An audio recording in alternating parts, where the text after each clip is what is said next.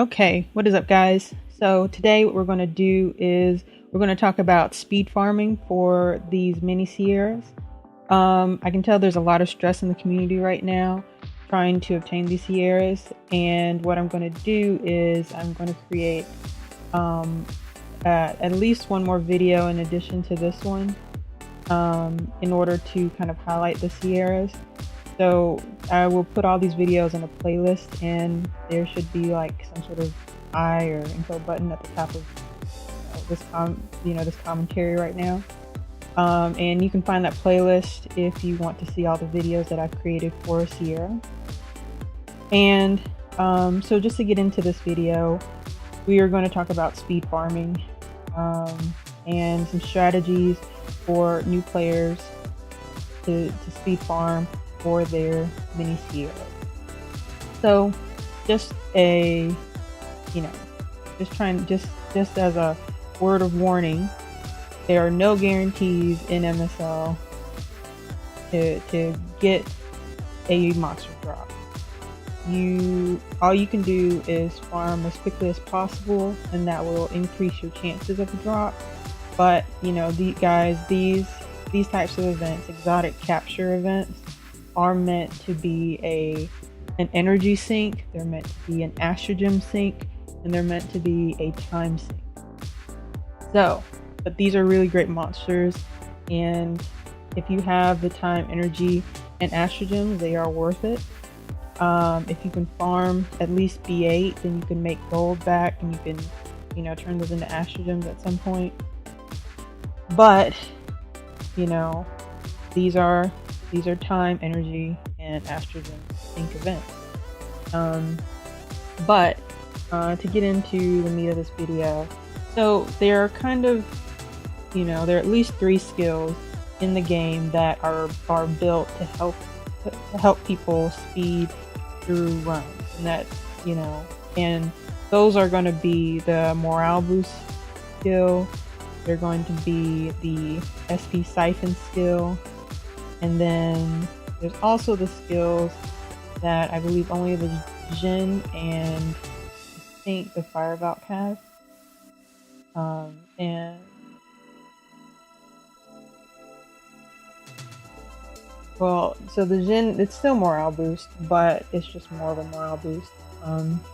But yeah, so maybe it's just 2. The morale boost is a little different for each monster. But morale boost and SP siphon, they're going to help you kind of build up your SP gauge faster. And the goal of speed farming, really is to clear the first wave in 1 or 2 hits. So the only way you're going to really clear the first wave almost without RNG is going to be if you farm, say, something like Phantom Forest, where there are only 3 monsters. You will, you have a much greater chance of actually clearing all 3 of those monsters than if there are 4, because just the way your monsters will randomly target things, more than likely 2 of them will end up going after the same monster. So really the goal is trying to clear the first wave, everything in kind of like one shot. The first wave will give you trouble. Most players are going to start clearing that, are going to clear that in 2 waves most of the time. But that's how that's where morale boost comes into play. It's also where SP siphon gems come into play. So if you are running dragons, you will end up getting you will start getting SP siphon gems, and those are your in-game farming. That's your in-game farming set. You will build SP extremely quickly, and you will be able to get off your 5-star skill at a much faster and more efficient rate. So definitely, those are the strategies for, or those are the resources for speed farming. And what we're going to do is we're going to talk about a comment that I received on my top 5 ways to get a Seira video. And this comment comes from PandaFist. So PandaFist has a suggestion for new players that he wanted me to kind of get out there in the community. So this is full credit to PandaFist. So what he says is PandaFist suggests that new players, you try and get a 5-star attack siphon gem. You can just try and get one, and you put that on a fire ray die, and then you can kind of substitute anything else within a siphon set. Of course, you want to try and prioritize attack, so whatever set, it might have an attack substat. So even if it's a trash recovery siphon gem, if it has attack and you don't have another attack gem, then that can be a filler gem. You just kind of want whatever will boost attack. Even if you maybe get like a low level 4-star siphon gem, that will also boost your attack. But what you want to do is you want to put an SP siphon set on a fire radii, according to PandaFist, and you can end up running normal. He says his fastest runs can get up to about 28 seconds, and the average is about 36 seconds. So that's one way to that's one thing to consider. The reason the fire radii is probably a good choice for this, and I've never built a fire radii, but he's got an SP siphon he's got morale boost, and there are a number of other monsters who have morale boost. So you also have the Water Mona, who's got the same 20% morale boost, and if you build Water Mona, you will also be building your B18, because the Water Mona is really, really nice to have in a B18. But the fire radii has this morale boost, and then when he gets off his 5-star skill, so you need to get up to 5-star, he will output 30% more damage with his predator. So he has a greater chance of knocking out any wave. So that kind of boosts your damage. So those are strategies. If you have a Fire Siegfried, it would be the same thing. So Fire Siegfried is nice because his kit is pretty similar. And if you have been doing your Titan runs, there's a high chance that you actually have this guy. He's got a stronger morale boost. His SP gain is going to be 30% instead of 20, and he's got elemental edge. So once he gets off his 5-star skill, he's going to have the elemental advantage against anything that he's attacking. So he's another option for new players to build, and he's a 5-star. He's a nat 5. But yeah, so those are strategies. And the other thing is, if you're farming normal, the number of monsters on the first wave, that does matter. So for new players who might have some pretty slow extreme runs, you should think about running on normal. If you're running on normal, you will be able to you'll be able to use your energy more efficiently, and you will be able to get more runs. The downside to running normal is you do not gain dragon sigils, and the gold gain is much lower. So at 3 energy per run, your energy will go a lot further, and you will be able to do more runs, and you should be able to do them faster. So the other way you can speed up your runs in in something like Phantom Forest.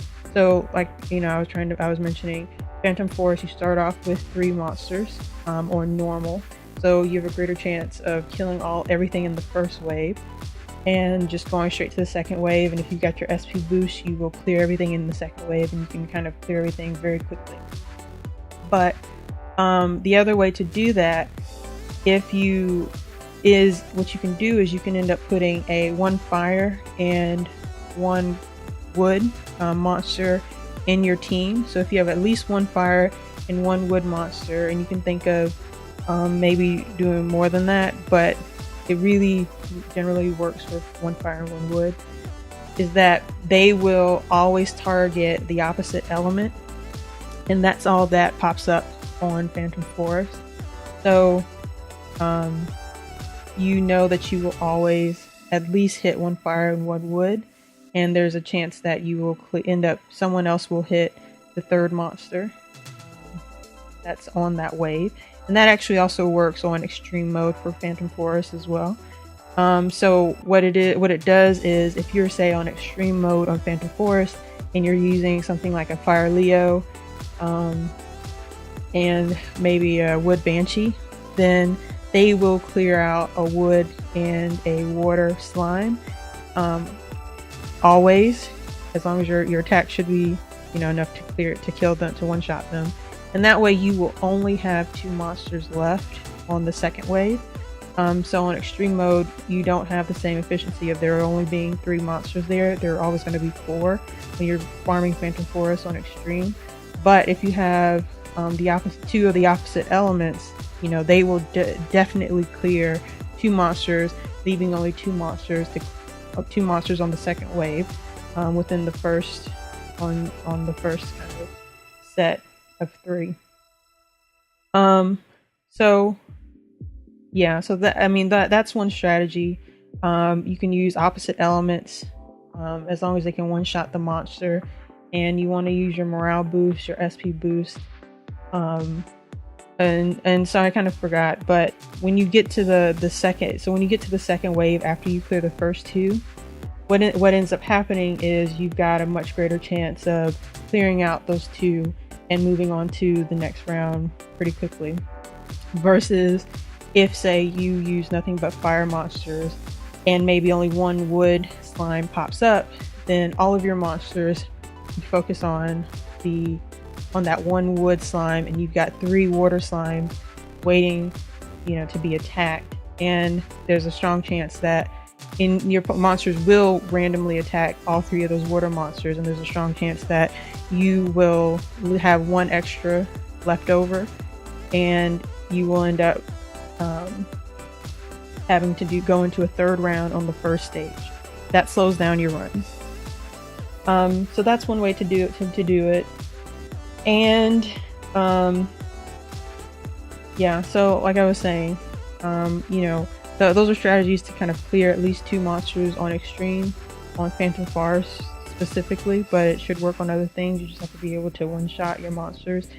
In another example, if, say, you were using nothing but a light dark team on Phantom Forest, all of those monsters will randomly attack something, and since they're all randomly attacking something, there's a strong chance that they will end up all attacking, you know, they will only take out 1 monster and you will be left with 3. So that will slow down your runs as well, because with the non-elemental advantage, it's a random, you know, targeting system. If you used the elemental advantage, it's not random.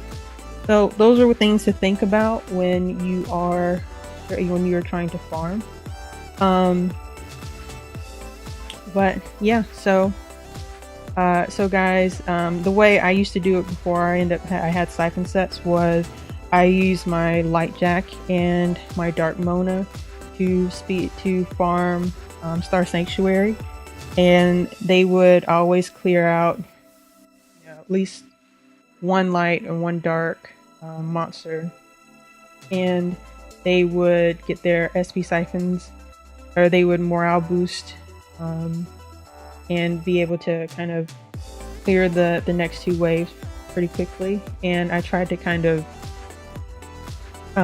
put them on slightly different crit rates. So partially because my crit rate wasn't great on them. They were in the 90s. One was always better than the other, and that was also to try and kind of stack. Well, it helped me to kind of stack when the 5-star skill went off. So I had a chance of having the 5-star skill on, say, like my light jack go off on the second run, and then I had a chance of the dark Mona, her 5-star skill going off on the 3rd run, and that would just clear things. So you can also think about trying to stack your siphon, if you know, slightly differently. So you know, the 20% versus 30% morale boost. Or if you have a water Arthur, you know, he's got a 50% morale boost. Or if you have your fire gen, which is even more efficient, or your fire Valk, she will be useful on normal stages. She really drops off, you know, as you at Evo 2 as you kind of progress. Just the Evo 2 version is recovery. But you know, those are usable strategies to kind of stack the different morale boost abilities so that they will try and go off at different times, preferably at the beginning of a new set to clear away. But you know, guys, those are just some tips that I can think of, and one tip from one of my viewers. And if you know, it's going to be a struggle. These events always are. And so I really hope you all get the all the mini Seiras that you need. And I think I will maybe make at least one more video in the Seira set. Maybe more if I can think of something else that would be useful for the community. But that's really it, guys. Thank you for watching this video. I hope this helped someone. If it did, like, subscribe, leave me a comment, and I will see you next time.